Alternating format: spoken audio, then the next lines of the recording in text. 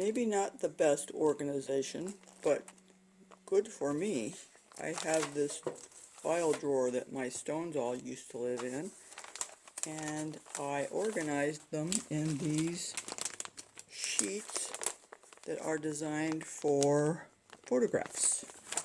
And they all just lay in here, and they're organized in color or kind of a style, and it makes it so much easier for me to go ahead and decide what I want to use or what I have available.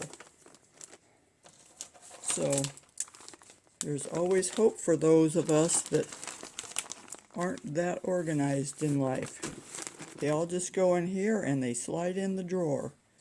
Easy peasy. Because I had previously organized my stones on these index cards with double-sided tape, if you can call my previous organization, but now I use those same little cards. In these 3x5, no, they're 4x6 sheets for photographs,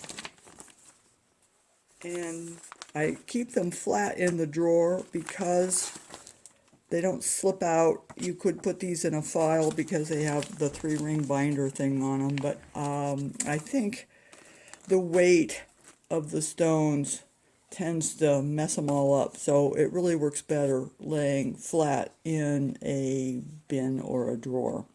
Anyway, it works for me.